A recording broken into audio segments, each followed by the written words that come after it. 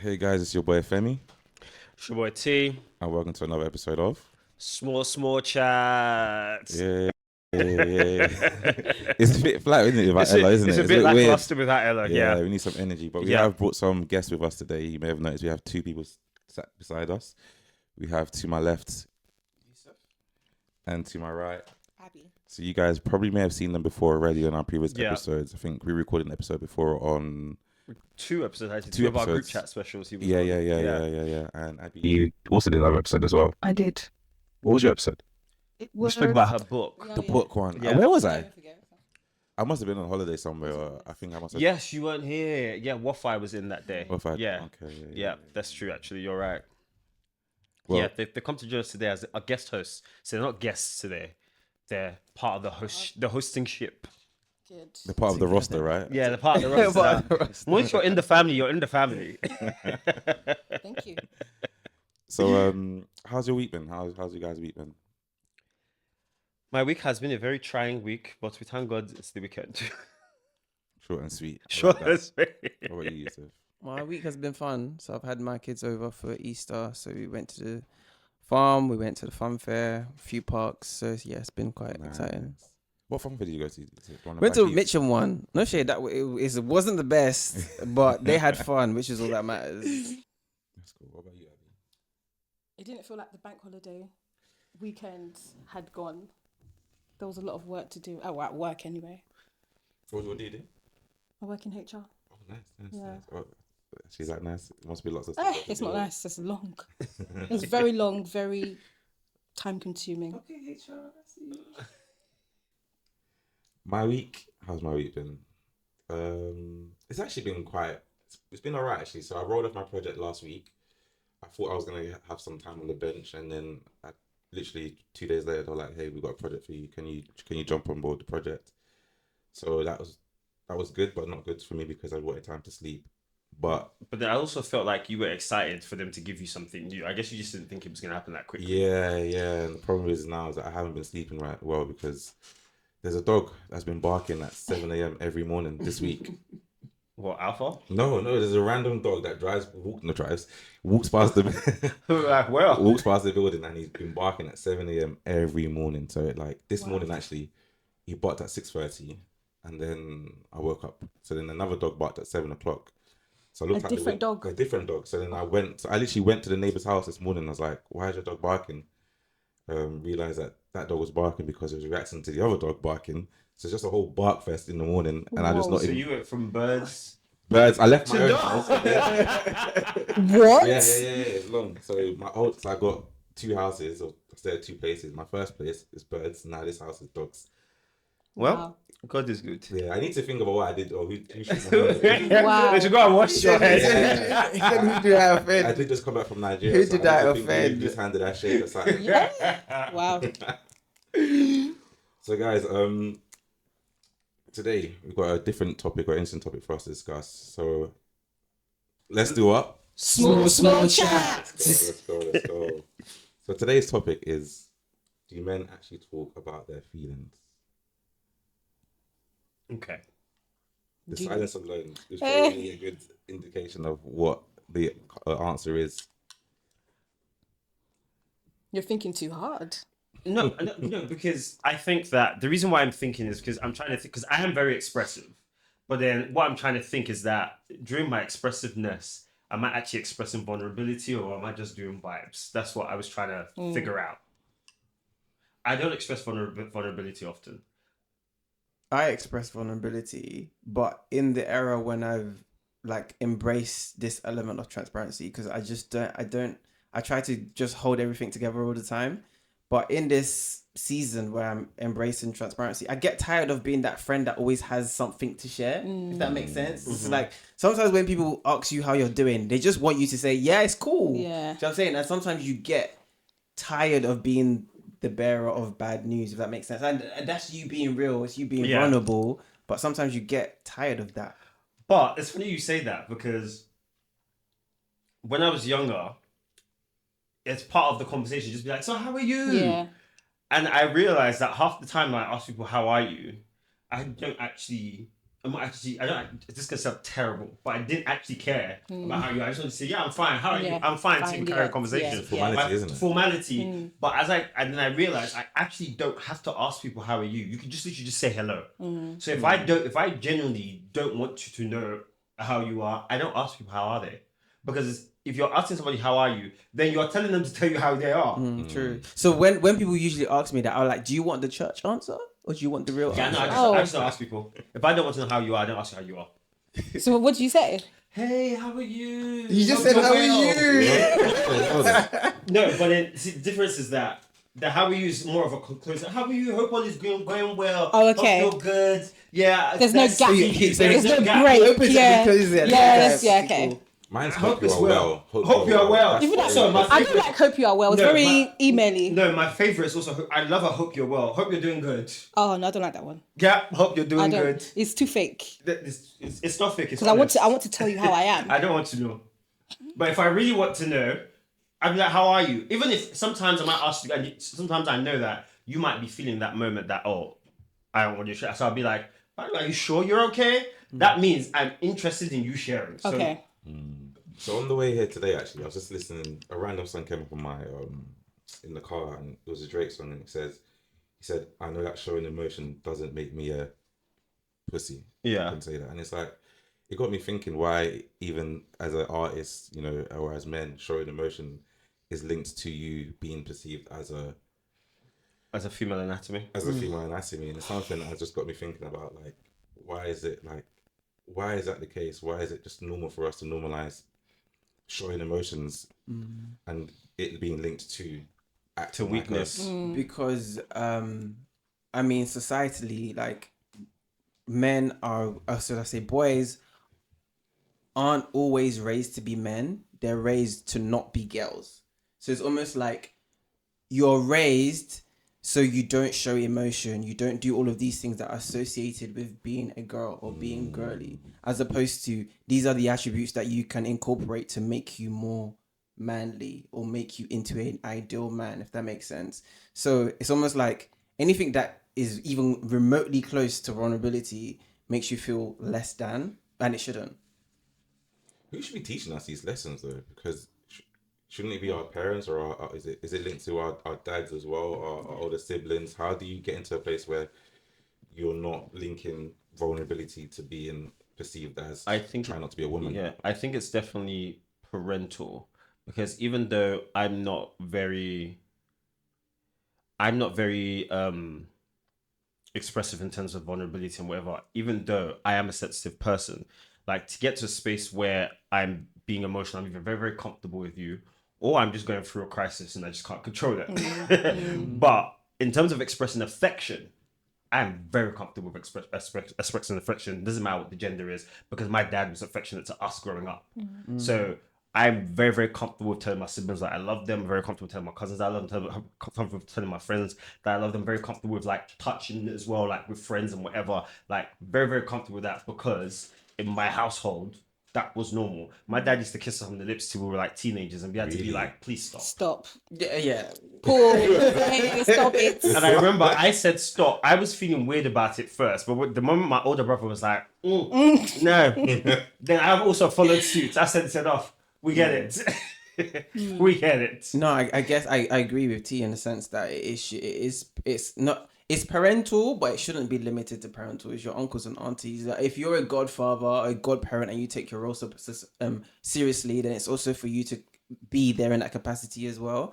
I think, but being a parent now, so my son is very, very emotional. So sometimes I have to bridge that gap with giving him the space to express himself, but also being like, okay, you can be brave, or you can embrace this, or you can pursue this. So now that I'm on the other side of the fence, I can see how you can always be like why are you always whinging? Do you know what I'm saying? Yeah. But you always still have to give space for that to kind of balance out. Because I'm thinking about myself, my older cousins, they used to come around and it was just used to be man up, like just why are you crying? And it's like, yeah. And I try not to say those words specifically. Why are you crying?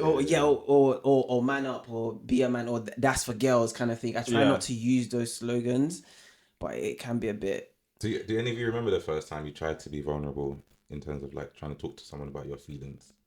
I can't remember exactly, but Yeah, go ahead, T. my therapist said to me the other day, he was like, when did your I got it spirit, where did that come from? And I can't remember how far back, but that's I'm always like, yeah, I got it. And because I always have that I got it energy, it's also linked to there's no need to wallow or be sad or be like, oh, it just doesn't. Yeah. But So I can't think how far back it's come from. You must have got it one day. I was like, do you know what? I got it. Yeah, But you like can't even remember. when, but like last year or the year before, can't remember when it was. As all of you are aware, like when my mom was sick or whatever, I actually had that weekend, and I literally a calendar. I told myself, I said, you have this weekend to wallow in self pity, because Monday your mom's going to hospital, and you need to get up, put your trousers on, you need to go be somebody's son, go be somebody's older sibling, and literally woke up Monday morning, opened the curtain, and went right duty course. Is it I'm completely disconnected. Does it come from a sense of wanting to have control? Because once you, I guess, are emotional, it feels like you could be in less control of what's going on. Your emotions can lead you in directions that you don't really want to go into. So for you, it's like more, I've got this now. I'm in control. Let's just focus on what's in front of me. Yeah, 100%. Possibly, I'm a control freak, as we know. So, potentially. Yeah, 100%. I think for me, it was my dad wasn't really present when I was growing up, so it was more so. And I didn't really have like older uncles or older cousins. I wasn't one. I was so there were the Jeromes that had like tons of cousins, but I didn't have that. So for me, it was almost like I created a version of myself that I wanted to be like, and that was the only way I could kind of have control of things. So I think. I'm sorry, I'm still laughing at Jerome's. No, for real, because That's very stereotypical. I mean, Caribbeans have that. Caribbeans They have have so many, bare, yeah. yeah. So for me, it was like, okay, when I got to the point, it was almost when I started therapy and I realized that I couldn't actually name the in-between emotions. So I could do happy, I could do anger, but I couldn't do anxiety. I couldn't do those in-between emotions. And it was by being able to identify with those different phases that when I was have a conversation with a friend and I'm like, how are you? I could be like, okay, yeah, I'm feeling a bit anxious, as opposed to, I don't really know. You know what I'm saying? So it was that was when I started getting to the point where I could express a bit more. I think for me growing up, when I tried to probably talk to my dad, I think my dad was a very, very busy man back in the day, working non-stop, blah, blah, blah. But he always used to be like, so? Like, oh, dad, this something's happening. And be like, so? And I would be like, I'm trying to talk to you here. And he was like, why are you not giving me anything back? So from that moment, I was just like, I'm not really sure how much I can say or what I want to say. But you think that's also because he didn't have the tools then because of his parents. Yeah, when I look at my granddad, though, I'm like, yeah, I can see why you just didn't have the skills or equipped. Obviously, I think my dad thought that, providing all of that is him doing his role. Yeah. I think for me, though, also because I'm a twin, because of Jimmy, actually, was probably more difficult for me because it was like, well, we were both kind of suffering in that space where it was like we both didn't have that older person to talk to. But then I guess that's what made us. I was gonna say, do you think that's what made you guys really, really close? Yeah, that's probably where I've probably learned to talk about my feelings. So every night after school, that's where me and Jimmy will talk about our day, we'll talk about our feelings, and I'm quite happy I had that because if I didn't have that, I don't know what I would be able to do. But what about you? What about you, Abby? What was the question again? Sorry. What was the first time? What happened the first time you tried to be vulnerable? Oh, I got shut down completely. I got shut down completely by it was a family friend, and I said something, and I was just like, I said, okay, I won't say nothing again. And then since then, I choose who to open up to. It depends on who I'm comfortable with, and if you're just not judgmental, kind of. But do you think, because considering like you have loads of male cousins, you have a younger brother, from your perspective, why do you think that, like Junior, for example, why do you think that he finds it hard to express himself? Why do you think that, like... I feel like he may think that nobody will listen to him, or he will just get on with by himself, basically. That's what I think. But then I think once he opens up, it's like a belt that unwinds, kind of like he opens up like, oh, did you know? Okay, and like literally comes back into himself. But I think he needs time. Yeah. He needs time, just like other men. They need time sometimes. That may be years. So I want to ask, because you're obviously the only lady with us here today, why, as women, do you feel like you have to prioritize showing and sharing your feelings compared to us guys? We kind of feel like, okay, let's not show it enough or let's hide it. But as a woman, I feel like there is like a sense of just, I need to show it, I need to share it, I need to let it out. I would say hormones. I'm sorry. I would say hormones. I don't even necessarily think it's hormones. I think it's hormones. Just hormones. I think it's because the camaraderie that's amongst women is very different to the camaraderie that's amongst men. So women, even sometimes there's unintentional sharing that's happening. There is, like when you said, when we did Too your, much not to go back to, you know, previous episodes, if you haven't checked it, go and check. I can't remember what it's called. The rest I'd plug it. But like when you went to go check, when you were talking about your 30th birthday, and you and your friends came round to like plan your goals for the next 5 to 10 years and blah blah. That opened an environment for people to share how they're feeling about where they currently are. So therefore, you could talk about where you want to go and where your pink Moscatos are going around. Everyone's sharing. If men had that same space, they wouldn't treat it the same. Do you think? Because the environment doesn't like, I think I saw this, I don't know if it's a meme or a video, whatever you'd call it, of this guy saying that the difference between the culture of women getting dressed together, that people see it as women just getting dressed, putting on their makeup, It's or whatever. more than that. But actually what they're doing is that they're bonding. Because during that getting dressed conversation, this one's talked about her baby daddy and what he's done this week. This one's talked about the frustration of her kid that misbehaved this week. This one's talked about her issues from work. First of all, men don't really get dressed together. It's true. And even if you were, you're on a time clock. You're like, Yeah. I just need to get this because I need to do that. But like, you're not having any like deep conversations. Yeah. And even if you try to have deep conversations, especially amongst straight men, if you're trying to have deep conversation, like you're making the other person feel uncomfortable because that person That's what I also don't like. doesn't. Because now you've opened. Now I feel like I need to open. And I don't want to. So please don't. It's so true. So then I guess what environments are there for men to have these kind of deep conversations? I think you have to create those environments. It's about creating those environments with your friends, and naturally as you get older, you get more to a point of being intentional with the friendships that you actually hold. Yeah. So because you are now intentional with your friendships, you don't necessarily have to be selective about which space you can do that, because you've created an infrastructure where you can be vulnerable in any setting, if that makes sense. So you have to be intentional as a guy to create those safe spaces. Whereas, I mean, you can disagree, but I feel like for women it's easier to create those safe spaces. But you guys have haters too. Yeah. But from a guy's It's not as perspective, easy. it seems easier. Yeah, because I'm thinking maybe the gym. The gym is a place Yeah, where the I would gym's like good. to. Well, I think I find it easier talking to my boys.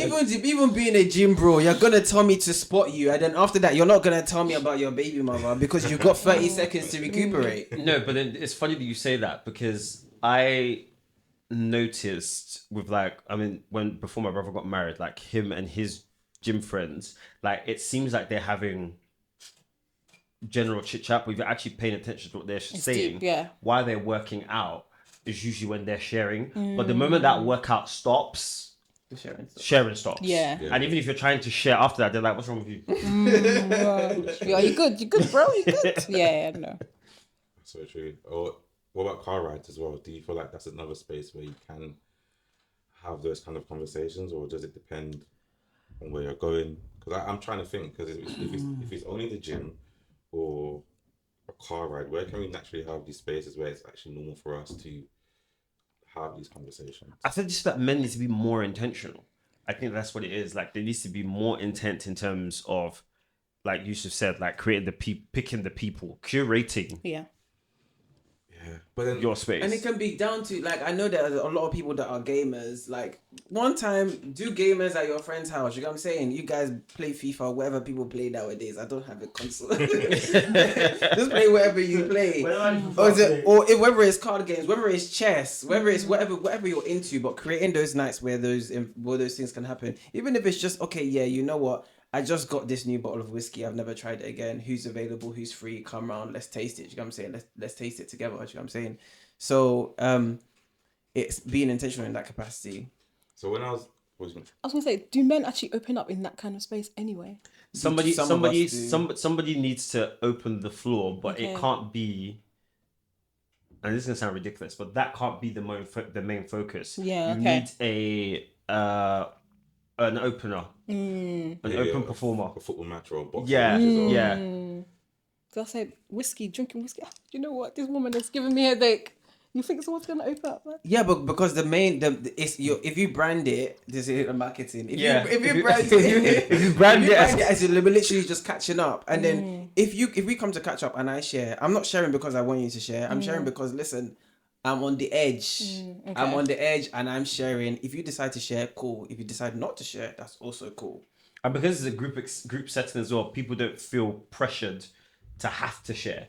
So if you have something to share, you will. And if you don't, if you're not ready that day, it's also because it's not let's kumbaya together meeting.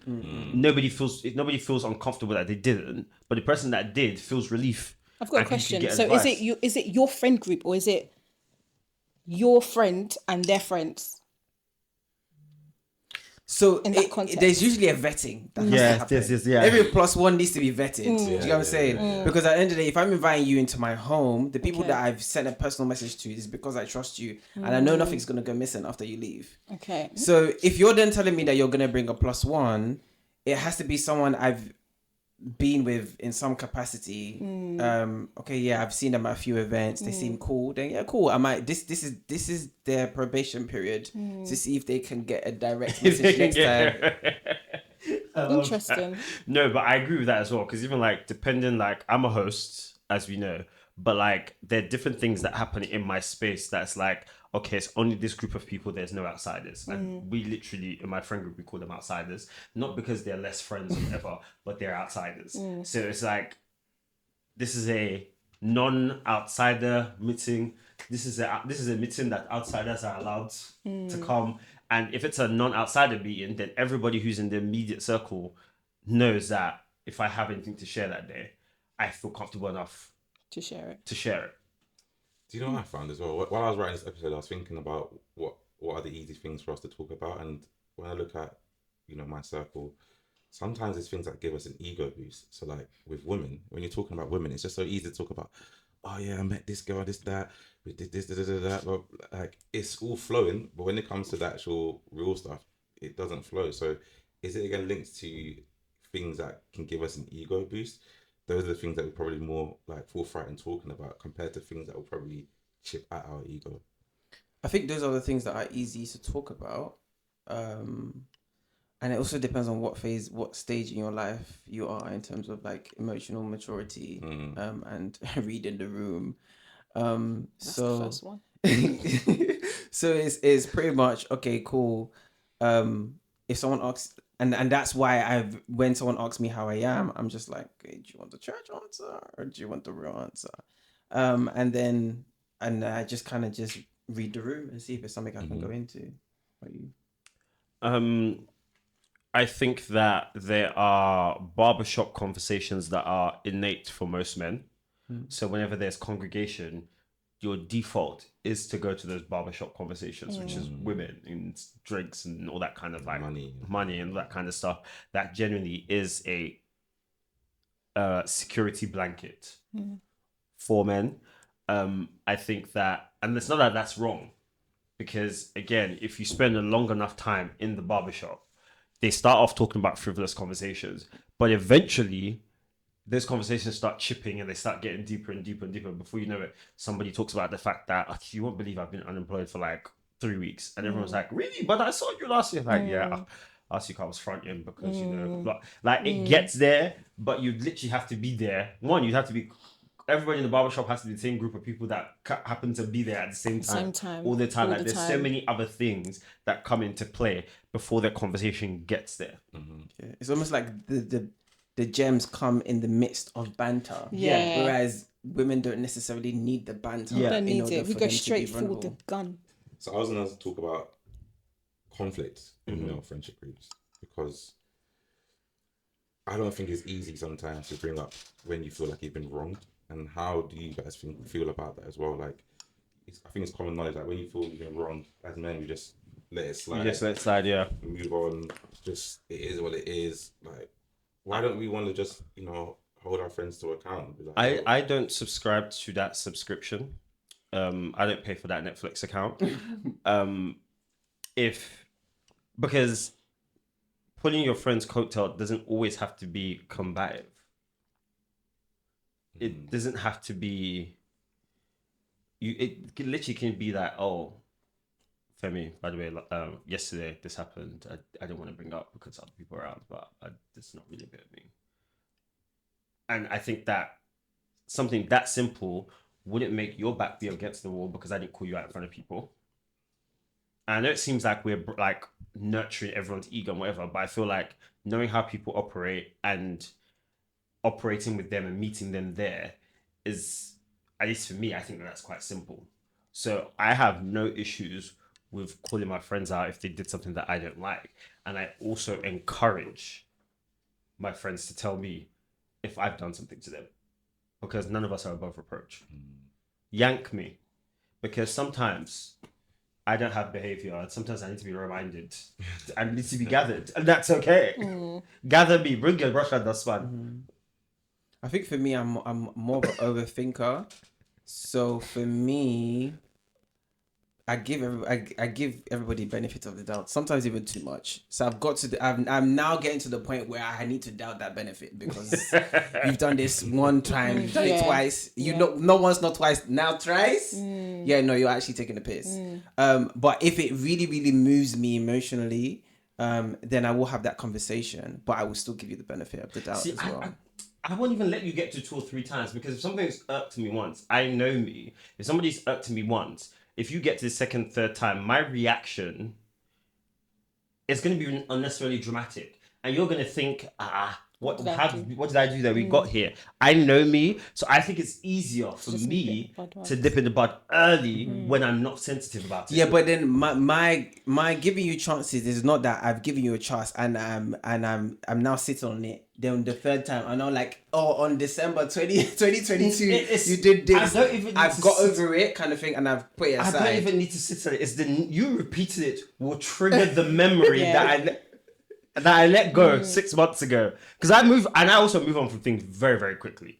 But the fact that you do it again is going to take me back there to be like, I didn't address it this time, and you've done it again. The chances that you're going to do it again are very, very high. Sometimes what I would do is I would be like, but so-and-so did this for me. Like, they did do this good thing for me. So is it that deep? Like, oh yeah, they did this, but I remember they did me a favor last week, so I'm not gonna go and. That's very dangerous. No, is that deep? Is that deep? Because some people are good, but they're good because they're trying to protect their malicious traits. Yeah. So that's why that's why they're good. So you shouldn't always weigh as in, okay, because they've done this, then this is possible. Yeah. Also, nobody's innately bad. I mean, okay, generalizing a lot, but I feel like nobody's innately just good or bad. I feel like everybody has quirks. Everybody has whatever, and something that I might not find an issue with, you might find an issue with. Something that you're okay with, Abi might not be okay with. So I also just think that if everybody shares what their boundaries are, then we all just get along very, very nicely. I'm a very calm, chilled, easygoing person. I get along with most people, but I also have boundaries. And because I have boundaries, and they're usually very, very, very, very firm and very, very hard. Like, it could be with anybody, even with my parents. I have boundaries. Don't do me. So I also am very open to other people being like, T, don't do me. I started thinking about my own experience because so by the way, when I said I used to try and balance it out by saying, oh, they did this good for me, so I always the bad, I stopped doing that completely because when I went to therapy, I realized that I don't say insecure, but I wasn't proud of myself. I didn't feel like I had the right to demand certain things. I didn't have that confidence to ask for things, so then I let things slide. And that happened in the one particular friendship where, like, me and him were very, very close. And because I kept on letting things slide, I ended up receiving the ultimate betrayal where he did something really massive behind my back. And I realized it's because me and him don't actually have proper conversations. It was all service level. I never really had the confidence to say, I don't like what you did there, or I don't think this is right. I don't think this is wrong.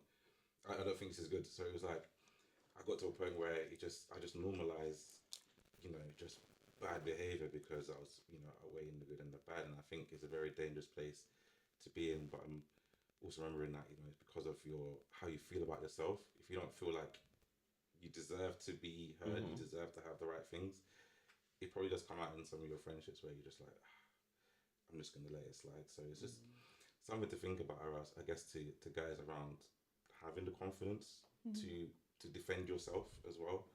Because sometimes guys as well are very logical. It's like, oh, but this happened, but they will always have an explanation to counter your argument or to counter your feelings. I think it's also because we always think that, not we specifically, but men in general, everything is just not that deep. Yeah. For women, it's deep. It's deep. It's completely deep. Really, Sometimes you'd be like, oh, but people are dying in Africa, man. So like, let me just. I used to say that a lot. I used to be like, there are other people that are struggling, and literally, that's one of the worst things to say. Me, he was like, everyone's problem is relative to them. So yes, you are not starving, but it doesn't mean that your problems are relative to your life. So you can't. There's always gonna be somebody that's worse off than you. So us constantly comparing our issues to somebody else's issues means that we'll never ever give ourselves validation to like express or deal or heal, because you're always like, because it's a brush off. Yeah. So Abi, obviously, from a female perspective, what can you share with us in terms of tips or things that you've experienced within your space? What can men learn from women in terms of how to have these conversations, how to be more vulnerable, how to just let go and just be open? As you said, men are very logical. Women, we're quite logical, but we lead with emotion a lot. So I personally think that men need to also read the room as well when it comes to being vulnerable with women. Okay. I'm glad you said that. Read the room, because some women don't accept, they can't open a door to a man being vulnerable. I mean, some women are just not like that because of their own trauma. They can't do it. What I'm glad you took the bus here. I'm glad you took the bus here, because I'm at the bus stop. Okay. Stop. Because that also, the issue that men also have expressing themselves, I think earlier in this conversation we attributed it to our dads. But actually the first person that typically rejects the emotions of their child because of whatever's going on in their life, because of issues with the father of said child, is usually your mother. It's usually your mother. And I think that in us being adult men as well, when you're in relationships with other women that also don't create a space where you can express yourself, or they say that you can express yourself but you express too much, it's a fine line. And I'm not saying that women are wrong, because I think that I heard somebody, this married couple, saying that even though they're very expressive, the man also thinks about, what is the impact of me expressing this to my wife? Is she now going to feel panic? Because she's going to feel panicked, and now I've dumped this on her, because now she thinks that, okay, I'm no longer capable. So I do agree that there's a balance. However toxic or whatever that might be, I do think there's a balance to be like, is this necessary? Is this not? But I feel like that sort of interaction between men and women comes from like your childhood with your mum. It's true, because I was thinking about it earlier, and I was like, sometimes when you want to talk with women about your feelings, you then end up worrying about how they're going to react, and then now it becomes about their feelings. Yeah, that's and the then thing. you've never actually got to express how you feel, and then you end up still feeling like the bad same. guy. Yeah. Or worse. I'm the root cause of all these problems of why I'm feeling bad. So it's like, how do we get out of that space? And they also then feel offended that you didn't tell them, even though they probably weren't ready to receive it at the time. And then you get called, the toxic phrases that come out, sassy. That's why I also think that some men, they don't always need to go to their women sometimes, or you can express certain things, but not everything. Doesn't have to be said. No, but how do women take it when they're not the first point of call? They're offended. Obviously, the woman has to be the first point of call, of course, but you're not gonna offload everything. Do you know what I'm saying? But then if they don't offload everything, then they're not always the first point of call. So what are you doing? Because I want you were speaking my thoughts. So I wanted to hear the answer. I get it, because I get it. If a man is going through something like, babes, you have to say it in a way that it's not triggering to her. Again, so basically, we have to Yes, cater our feelings. You do, but then you also have to go. I feel like every man needs an outlet for stress as well. For, like, I don't know, your boys. Again, the safe space. Yeah, but then all this comes down to not many of us are curating that safe space amongst our boys because they've typically grown up the same way we've grown up, right? And they don't have the capacity. They don't have the capacity to digest. And then you're like, I'm in a relationship with this woman. I've married this woman. Blah blah blah. This should be my safe space, but actually, it's not 100% my safe space because I now have to baby. Okay, baby, it's the wrong term. Don't say that word. I have to. My God, I feel offended. What? I have to carry your feelings with my feelings. So now, what I'm carrying is now heavier. I've come to offload, but I can't offload because now I have to carry yours with me. So then I'm like, you know what? I can't talk to you. So now I'm actually the burden that I'm carrying now is even more than the one I came to you with. So we still come back to who can we talk to other than the person that we have to pay? Our therapist. Therapy is a good shout. Some people pay ladies of the night too. So I'm not just because some of them are doing therapists in. No, it's true. Actually, I even saw on TikTok about how, like, in Nigeria that the men, side pieces are doing the Lord's work because the men can't have that vulnerability with their wife, so they go to the side piece. The side piece is, taking off their shoes, is giving them massage, is listening to them. Fix your face. It's just uploading everything. It's not just it's not only in Nigeria. Lady Saw has a song about it. She insults the woman at home and says, instead of you to rub down his belly and tickle down his spine, you will take her next girl off his mind. Even Shensia says it as well. Because the side, I'm not endorsing side relationships. That's not what this show is about. But what I'm saying, why are you sitting down differently? I was just adjusting. I know what this show is about. But what I'm saying again is that men are being forced to go elsewhere than they're supposed to. I would tread lightly because the immediate safety spaces that they're supposed to have don't always exist.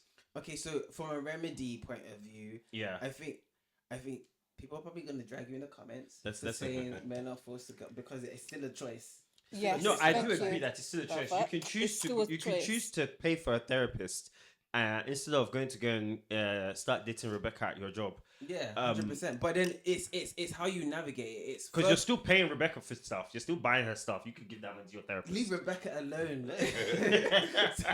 so you are still. So it's. I think what you should be doing is having a conversation with your wife, regardless, or your partner, or whoever you're seeing, your situationship, whatever it is. Don't ever. No, not situationship. What are we talking about? I mean, a big issue. It's a situationship because it's a situation. So you then talk about how you feel, and then if it's something more serious, then you go to couples therapy. So you then you're intentional about facilitating an environment where those conversations can happen, and then at least you've had the conversation. So it's not, oh yeah, you didn't talk to me about this, or this wasn't addressed, or you didn't give me an opportunity to remedy this, as opposed to men just coming on the side of, okay, yeah, because you're not giving it to me here, I'm going outside type vibe. I get what you mean. I agree with that. In my relationships, what I've had to do is I've learned, I don't want to say coach, but when I do talk about my feelings, I have a general rule where, like, if I brought this to you, I don't want to hear anything else about what I've done to you. Like, let me have my moment to express how I feel. Let's resolve that, and then we can open up the space to talk about potentially what I've done to you or how you may be feeling, because again, it just takes away from me being able to express myself and feeling like now again it's all about you. So I've just kind of like, right, let's compartmentalize. Let's break into sections. Mm-hmm. Let's do my section first. Let's move on, and then we can do your section. And that's a potential way to remedy that, as opposed to seeing Rebecca or Chanel. Or Chanel. I also think that how the same. I think people should be choosing better partners and making sure That's that they're it. Let's go now. That's equally it. on the same page from early as well, before you take the dive into like a serious relationship, and then you get to the point where you're like, oh, I can't tell my partner this, or I can't tell my wife this because she'll get the ick. I think, Or she can't handle it. or she can't handle it. But I mean, both had one in the same. It's not the same. It's the ick and not handling is two different things. Fair. Okay, I'll let you have that one. All right, she's right. But yeah, I feel like that's where finding the right partner for yourself comes into it. Like even like observing like other people in their relationships. I totally agree with that, and I think as you said that, I'm remembering and realizing why I chose my wife, because there's nothing I can't talk to her about that I feel like she won't be able to understand. Me and her, whenever we talk, it's like I always know we're going to be able to get to a resolution. Whereas previously when I've dated, it's like your head's going around in circles because you just don't know if you can even get to a point where you can actually move on, because certain people are so focused on winning in their arguments. Whereas like what I always say to my girls or my wife is that if we're arguing or we're not in agreement, and if one of us wins and the other loses, we've both lost. Yeah, it's never you against each other, it's you against the problem. Yeah, and that's why you have to have something, and you have to be able to, like you said, have the right person that you can actually talk to and feel safe and not feel weak. I think that's probably the one thing as well, is feeling weak and potential lack of respect. I know we've slightly gone into the the one where I was talking about women, but I think there's so many different factors which that contribute to men not feeling safe and vulnerable. I think as men we can do better to create a space within our own communities. We have to be more intentional to create a space to talk about our feelings. And I think, like Yusuf said, everyone has a choice as well. It's not by force that you have to go and see Rebecca. There's ways to communicate. Rebecca's like, why am I here? Tisha, I don't know. Oh no, you said Tisha. Lord. But I definitely think, we have to probably make more effort and be intentional to create that space. So we're going to move on to our next segment, which is Agony Us, and I believe you said you've got a dilemma for us. Yes, I do. So Yusuf has a show that he calls Spotlight with Yusuf. Spotlight with Yusuf. And he has a segment called Dilemma. So we thought, since we have an Agony Us on our segment and he has a dilemma on his show, it'd be a good marriage. We didn't even plug your show at the start of the show. Right? It's alright, okay, we'll plug Spotlight it with towards the end. Yusuf. Okay, cool. So the dilemma is called I'm in love with my ex's best friend.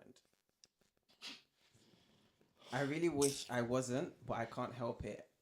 I was recovering from what should have been a terminal illness when I met my ex-situationship. I was scared, and I hoped to see another day when he offered a friends with benefits setup. I agreed, partly because I wanted to feel desired, and partly because I was in my early 20s trying to live as much as I possibly could before I kicked the bucket. He said we'd be exclusive, so I wouldn't be exposed to anybody or anything that could endanger my already fragile health. I trusted him. He introduced me to his two best friends, and we all became super close. Friend A is the one I'm in love with, and friend B was a super close friend of mine. Both friends were not aware of our friend with benefits arrangement, so we all met up as a friendship group at first. Friend B admitted that he had feelings for me, and I gently turned him down. Friend A, I have great chemistry with, but I was completely platonic with the entire time. Friends A and B were absolute angels. They're kind, respectful, honest, intelligent, and interesting individuals. As I spent more time with them, I came to realize my ex was extremely manipulative and would speak negatively about me often. I eventually had enough and left him. By some miracle, I'm still here years later, and I look and feel nothing like my old self. I went to therapy, rebuilt my confidence, and stayed single. I wanted to live my life on my own terms with a promise of a real future.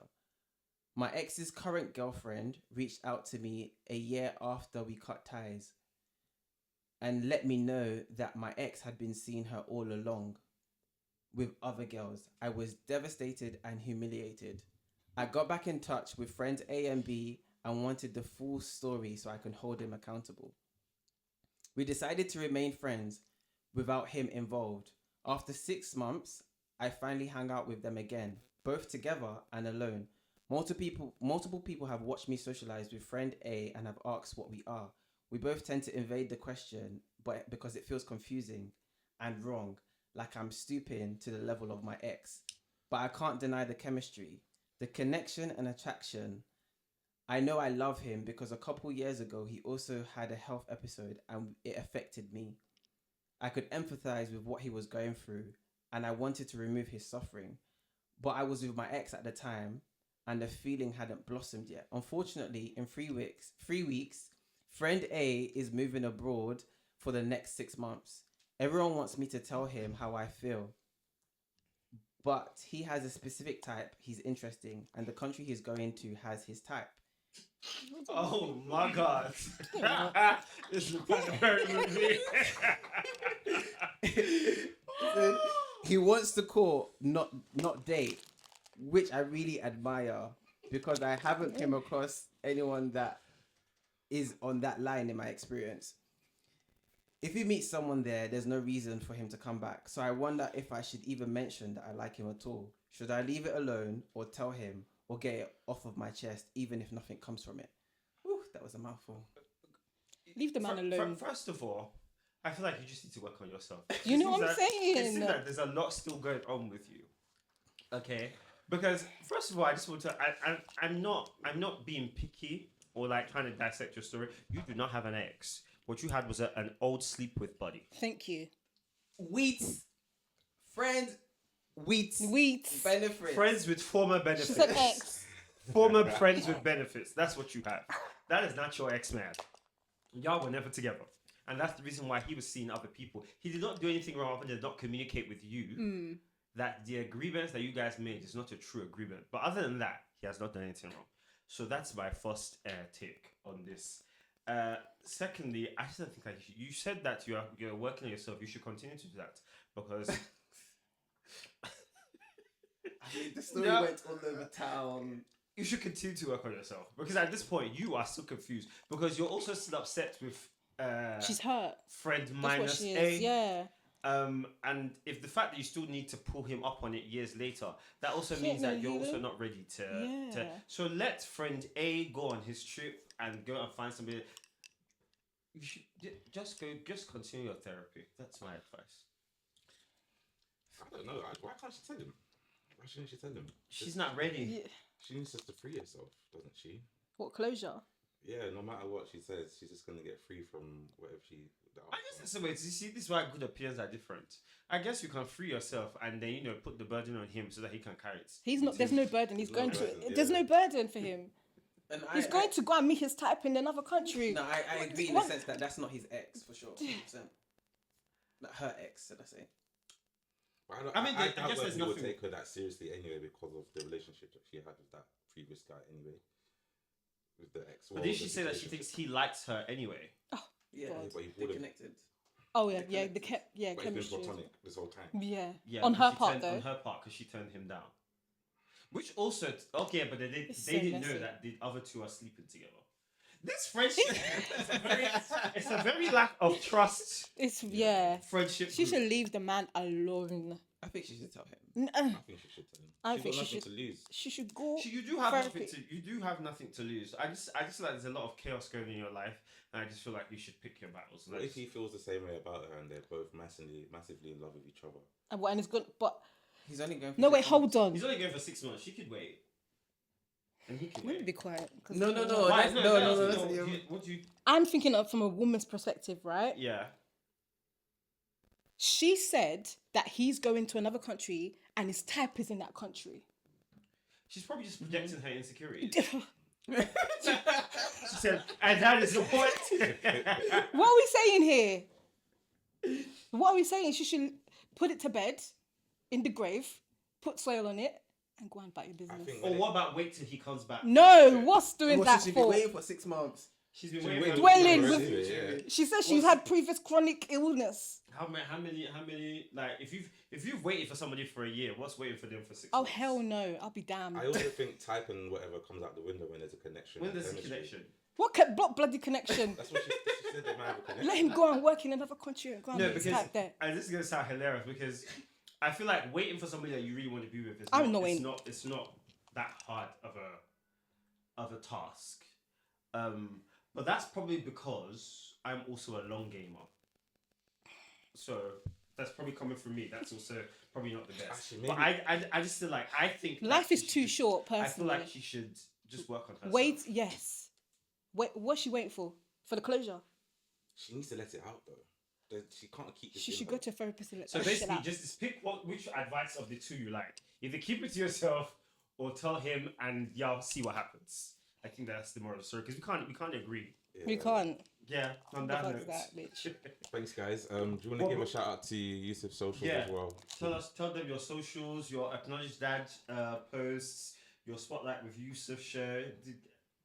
Okay, so my main page is YSF online, and then I do Acknowledge Dad, which you'll see like random like videos of myself and my kids, and then there is also Spotlight with Yusuf, where we talk about interesting stuff like this, and then I think of topics and just discuss it on there.